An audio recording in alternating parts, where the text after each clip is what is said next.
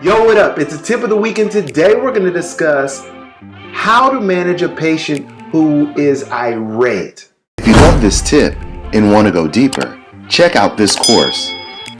I can describe this course in one simple phrase: surgical coaching in your office. Concierge Surgical Coaching is a PACE accredited with the Academy of General Dentistry. This course offers an innovative approach to surgical and implant dentistry that can help you achieve your goals. Concierge Surgical Coaching gives you affordable prices, hands-on training, how to handle complications, step-by-step methods for best results, and how to discuss patient finances and your return on investment. Gain the skills you can use now on your patients for tomorrow that could achieve your production, clinical goals while never booking a flight for education again. Start earning CE today. Enroll at jaredwdds.com. All right, guys. So last week I was treating a patient and I was doing IV sedation, and the patient went bonkers. Now, I know not everybody performs IV sedation, but if you're doing oral sedation or even nitrous, or you're just doing a little bit of local, you want to make sure that you use these tips to allow you to smile after surgery. All right, number one is this. Make sure you breathe and then take control. The last thing you want to do is allow your patients to turn into the Incredible Hulk and they're tearing up your practice, pushing over supplies or chairs, or just ripping out IVs, or just moving in a fashion where you have these sharp objects spinning at 100,000 revolutions per minute, and you're out of control because you have that patient, the staff, your other patients in other operatories, then the individuals listening in the lobby, then your front desk staff on the phone, and it can get real ugly real fast. And so you want to make sure that you gain control immediately. And if you got to use force, do what you have to do to make sure that you gain control. But remember, if your patient is under the influence, you have to be very careful. Number two is this. Make sure you prevent the patient from harming themselves. When my patient was going irate, it was very challenging because this person was about 6'2", 220, and I'm standing at 5'9", 5'10", 185. And I don't want to just grapple him up because I don't know how he's going to respond. And so what I wanted to make sure that how I manage him is basically keep him boundaried in, or, hedged in, to where if he decides to do something, he can do it, but he will have the ability to kind of open up his arms, but then also keep himself safe.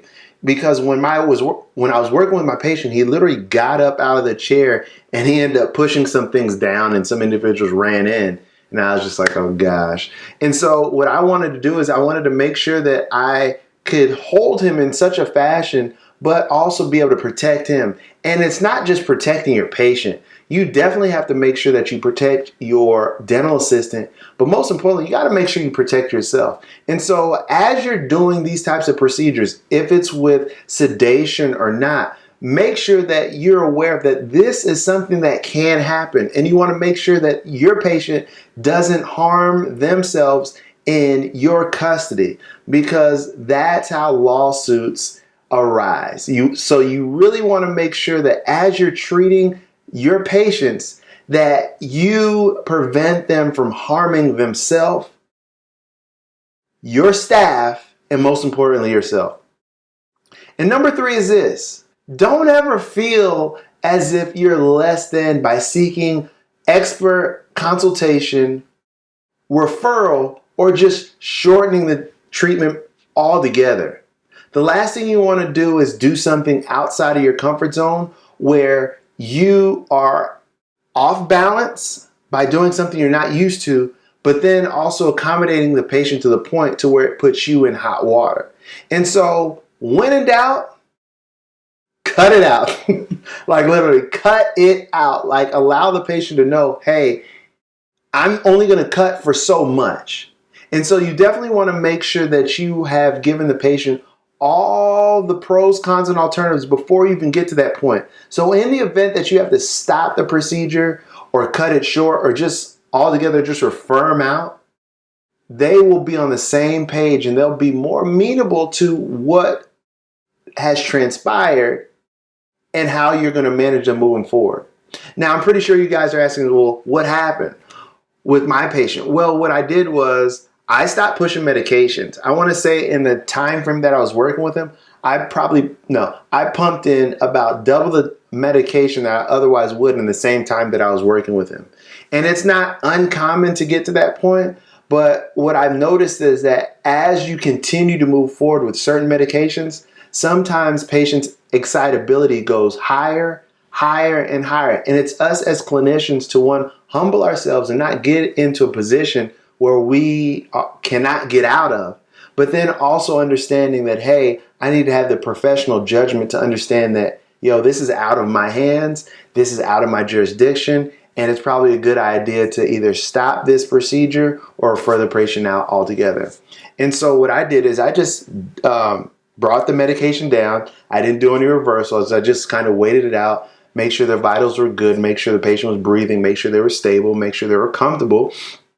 And, we attempted one more time because I was working with another doctor and the patient just wasn't having it at that time. And so when I was allowing the patient to be more roused and kind of wake them out of their sedation, they were like,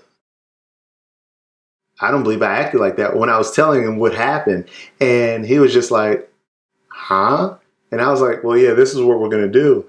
And so as long as you let the patient know and then you also document the challenge that you had, that's how you're going to be able to manage these patients that just go irate so that you are in a better situation.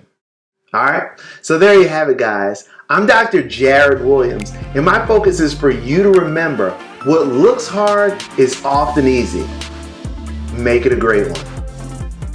All right, guys, and before you leave, I have some wonderful courses that are in the description box below, and I want you to just go ahead and click that button and go to the courses and see what we have made just for you. Also, in the time that you have, click the like button, subscribe, and share this with your friends. And also comment down below. I really want to know what tips work best for you and which one you're going to use next time you see your patients. All right, I think I took enough time from you. Make it a great one.